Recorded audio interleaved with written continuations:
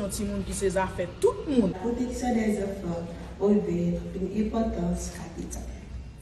Cependant, en Haïti, ces questions restent des défis majeurs à relever en raison de la pauvreté, des manques d'infrastructures et de l'insécurité. Aujourd'hui, plus que jamais, nous, les enfants du jour et citoyens de demain, nous demandons à respecter nos lois afin que nous puissions vivre dans un environnement respectueux, riche en expériences diverses et en ressources éducatives fondées, ce qui nous permettra à développer notre esprit critique et de cultiver la créativité. Nous saisissons cette occasion pour encourager ceux qui ont déjà mis leur main dans la pâte pour une meilleure condition de vie des enfants. Et nous demandons également aux autorités de les engager à participer activement pour le bien-être collectif des enfants afin de réduire le taux d'inégalité existant dans notre pays et de construire une société meilleure pour tous les enfants. Ensemble, travaillons dans la perspective du thème retenu par l'IBES cette année.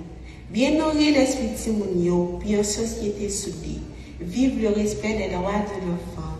Merci. Départemental adjoint ministère de l'Éducation nationale, représentant UNICEF, qui était là avec nous, haïtien dans la diaspora, à travers Haïti Éducation, qui était fait intervention. Donc, on va dire que c'est une journée qui était chargée. Qui ça journée ça veut dire pour nous-mêmes au niveau de ça? Journée ça veut dire c'est journée de travail pour nous remercier ensemble de partenaires qui a pour travail au souterrain.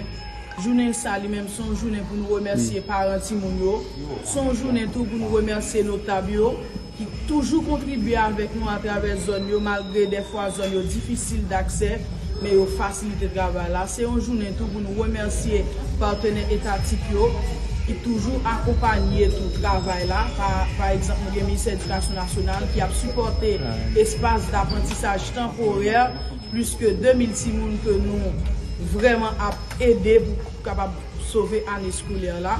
Donc, on va dire que journée ça pour son journée pour nous remercier la presse qui encadre le travail là et nous dit que le travail là fait commencer.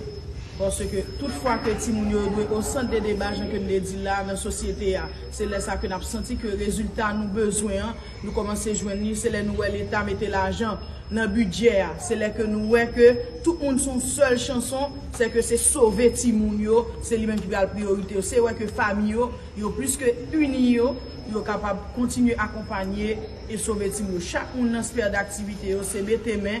On nous garde qui nous porter coller, faire collaboration parce que nous connaissons que avec support nous, solidarité nous capables de vraiment sauver génération ça cap venir. Pour nous sauver, c'est aujourd'hui pour nous commencer. Donc c'est ça qui fait que matin là après tout petit monde ça qui là, c'est des petits monde qui sorti dans l'espace d'apprentissage au niveau de Tabac, Caradé, il y a un petit monde qui sorti Badelma, il y a qui sorti Solino, il y a un petit monde tout qui sorti La Saline, cité militaire, Simon Pelé. Donc qui là aujourd'hui avec nous pour nous montrer que petit monde nous sommes seuls, nous pas deux malgré situation qui a gagné. Quel soit Jean Sata et nous connaissons Timounio même toujours doit épargner, quel soit conflit grand moun ka gagné, quel soit problème qui a gagné mais Timounio doit hors de toute bagaille même capable jouir enfance yo capable continuer jeune accompagnement pour capable venir des citoyens responsables dans la société qui va remplacer nous demain. Combien de Timoun qui présent là et puis en quoi sensibilisation comment lié en termes d'activité? Aujourd'hui là nous avons 250 Timoun qui présent avec nous. Parce que nous avons une délégation qui sortit dans chaque zone que nous sortons là. Côté que c'est vrai que nous ne pouvons pas prendre tout petit monde, mais malgré tout, nous avons mercredi qui a fait 35 ans tout, Convention internationale droit Timoun. Donc avec le ministère de l'Éducation nationale, nous avons une grande journée d'activité avec Timoun tout qui va rejoindre nous mercredi cap là tout. Donc on va dire que ensemble d'activités ça c'est pour nous sensibiliser, c'est pour nous continuer à faire plaidoyer pour nous capables faire société pour la presse capable mettre caméra plus sous situation Timoun mettre caméra nous à travers émission à travers tout ça que nous avons bien pour nous dire même si son mot mais mettez Timoun là dedans pour nous parce que nous connaissons que Timoun jodi grand monde demain caméra ça jodi qui nan men c'est Timoun qui pral gagner moi même qui camper là jodi capable accompagner Timoun c'est eux pour continuer faire travail au cette affaire donc c'est peut-être ça nous même nous engager nous pour nous travailler chaque jour bon Dieu mettez pour nous permettre à ce que Timoun ça nous même nous capable accompagner, soit sur le plan éducatif, soit sur le plan santé, soit sur protection, pour nous continuer pour accompagner, qui c'est protection de monde, qui c'est fait tout le monde. Ce qui base sur ici et récupérer Timoun ça. Timoun ça, c'est des Timoun qui fait partie de l'espace d'apprentissage temporaire, je ne dis là, qui dans des espaces, qui dans des sites. Par exemple, nous avons Jean-Marie Vincent qui représente, nous avons Claude Bernard, nous avons Xavier Villers qui est dans Simon Pelé, donc nous avons l'école chrétienne de Solino, nous avons Frère Jean-Baptiste dans Badelma, donc nous avons des Timoun tout qui est dans l'espace, protection et tout. Nous tous nous faisons seul la matin là, c'est pour nous exprimer l'amour que nous avons pour être capable de jouer et gens que nous sommes dit d'aller. Donc l'amour c'est chaque jour nous devons partager avec Timoun, c'est chaque jour que nous devons faire Timoun ça de priorité nous pour nous capables de sauver. Un programme qui vous êtes avec l'équité pour aider Timoun à sauver Ania, qui point nous. Bon, normalement nous avons à plus que 1750 Timoun déjà qui dans l'espace d'apprentissage temporaire qui dans l'école tout parce que nous avons 10 écoles qui déjà recevoir Timoun pour nous. Chaque école ça ou bien qui recevoir 150, qui recevoir 200 Timoun ça c'est des Timoun qui dans famille d'accueil, Timoun ça c'est des Timoun tout qui dans site tout, mais qui ont commencé l'année scolaire là en septembre ou en octobre. Donc dans quatre plaidoyer que nous avons fait auprès de ministère de l'Éducation nationale, UNICEF, Haïti Éducation. Donc, ils te permettent à ce que nous travaillions en synergie pour nous capables d'accompagner Timoun ça. Parce que nous connaissons que c'est vrai que nous-mêmes, nous, c'est société civile, nous avons gardé le travail, là, nous sommes une organisation nationale qui a continué à faire combat ça, mais nous connaissons pas qu'à faire tout sans l'État parce que l'OCSED n'a pas qu'à remplacer l'État. Nous devons travailler côte à côte avec l'autorité, sensibiliser, faire plaidoyer pour nous capables de toucher plus Timoun. La journée nationale de l'enfant haïtien est une journée pour nous rappeler de notre engagement et nos obligations, de tout mettre en œuvre pour protéger les droits des enfants.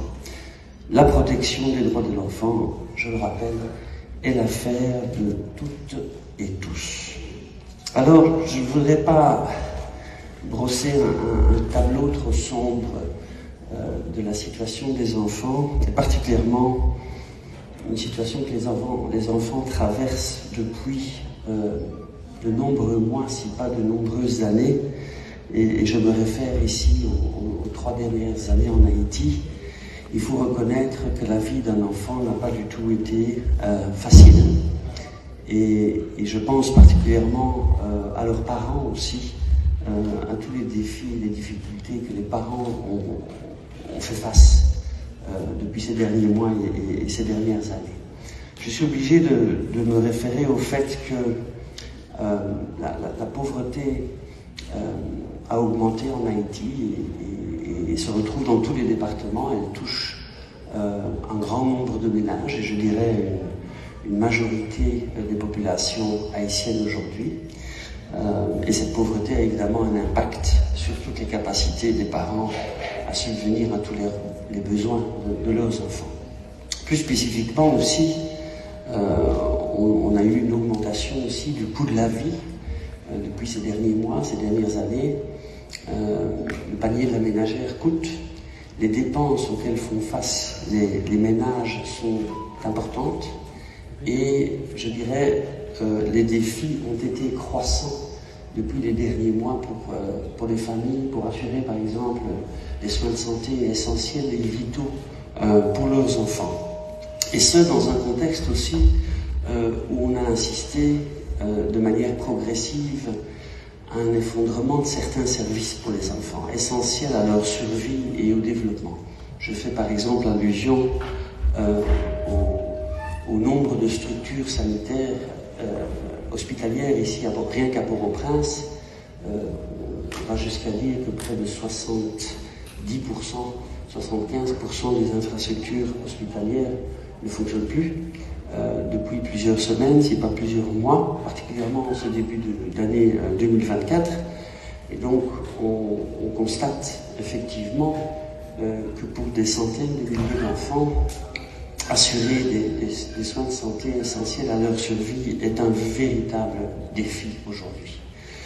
J'ai pu le constater moi-même dans plusieurs hôpitaux ici, à Port-au-Prince. Cette détresse auquel les parents font face pour assurer des soins essentiels de survie, je dirais, à leurs enfants. Donc, des services aussi essentiels à la survie des enfants et à leur développement qui font défaut. Un accès restreint, de plus en plus restreint aux familles aujourd'hui. Je me dois aussi de référer à un taux d'insécurité alimentaire qui touche près de 5 millions d'Haïtiens aujourd'hui. Les chiffres sont là, les statistiques sont là, et nous montrent à quel point la faim est aussi un problème et touche des milliers de ménages dans le pays à l'heure où je vous parle. Des taux de malnutrition aussi, plus particulièrement la malnutrition aiguë sévère, elle a augmenté de près de 20% cette année-ci. On a 20% de plus en termes de nombre d'enfants qui souffrent de malnutrition aiguë sévère. Donc le tableau que j'ai décrit, évidemment, est assez sombre, et il se fait que la violence aussi qui a été générée par des groupes armés a causé énormément de déplacements de population, de cas d'abus, de violence. Et les enfants, les femmes, se retrouvent évidemment toujours en première ligne de l'impact de cette violence. Les toutes dernières statistiques concernant les déplacements de population, on est à près de 600 000 personnes qui ont été déplacées, à l'heure où je parle. Plus précisément 578 000 personnes qui ont été obligées de fuir leur maison à cause des violences.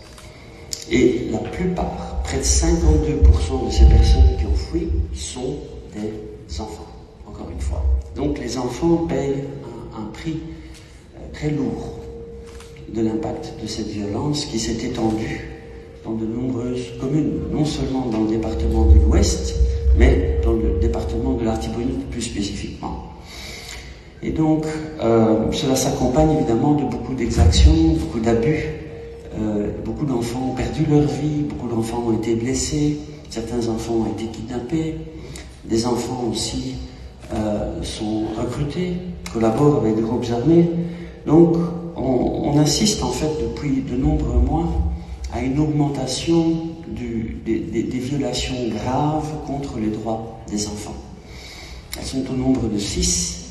Et le Fonds des Nations Unies pour l'enfance collabore, travaille avec l'ensemble des partenaires, les institutions de l'État, les organisations de la société civile pour suivre cette situation, les vérifier aussi et les rapporter. C'est dans notre mandat. Trop d'enfants ont été tués, trop d'enfants ont été blessés, trop d'enfants ont été kidnappés, trop d'enfants ont été recrutés par des groupes armés, trop d'enfants n'ont plus accès aussi à l'école, à des soins de santé, parce que certaines écoles ont été détruites, vandalisées, brûlées. Certains hôpitaux ont été aussi vandalisés ou détruits. Donc on a des infrastructures essentielles à la survie des enfants qui se sont retrouvées inefficientes et non fonctionnelles à cause de cette violence.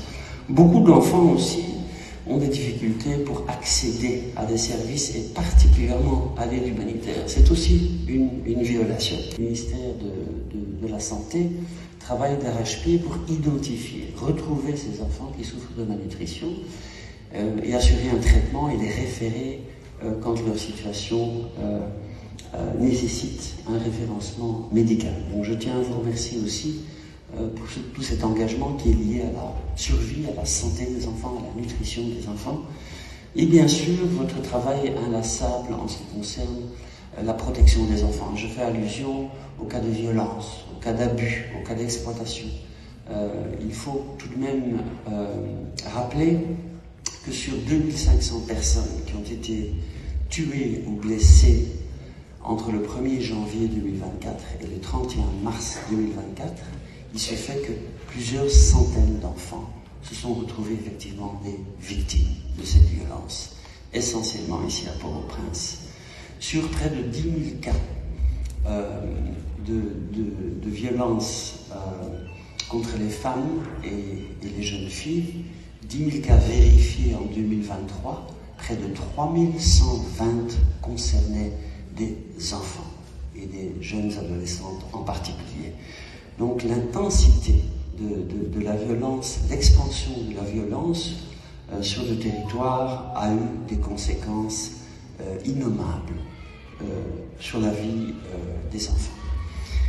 Je tiens encore une fois à vous remercier, Oxet, pour cet engagement à adresser tous ces cas spécifiques, tous ces cas d'abus et d'exploitation à l'encontre des enfants.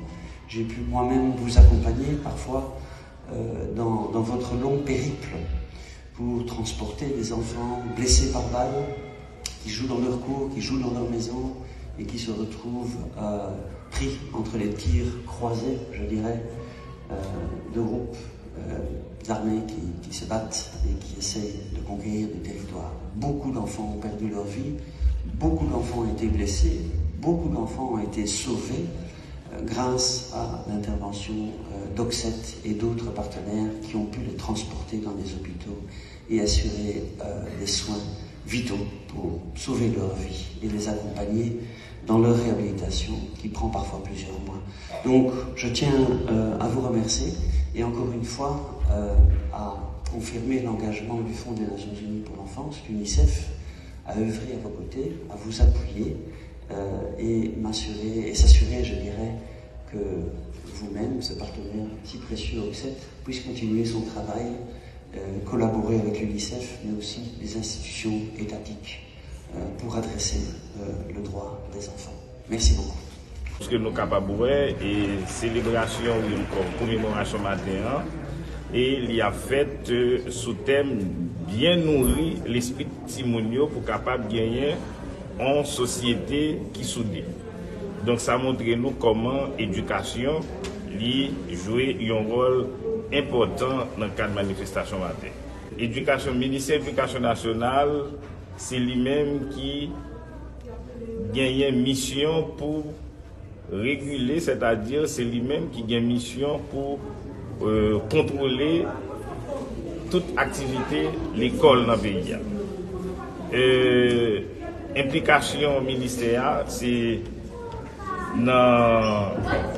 accompagner organisation qui c'est des organisations de la société civile et c'est dans chita avec partenaires de manière à ce que lorsque il y a une activité qui a faite, eh bien le ministère est capable de présent, est capable de superviser, est capable de tout faire travail de mobilisation de personnel qui est capable d'accompagner et présent dans ce genre d'activité.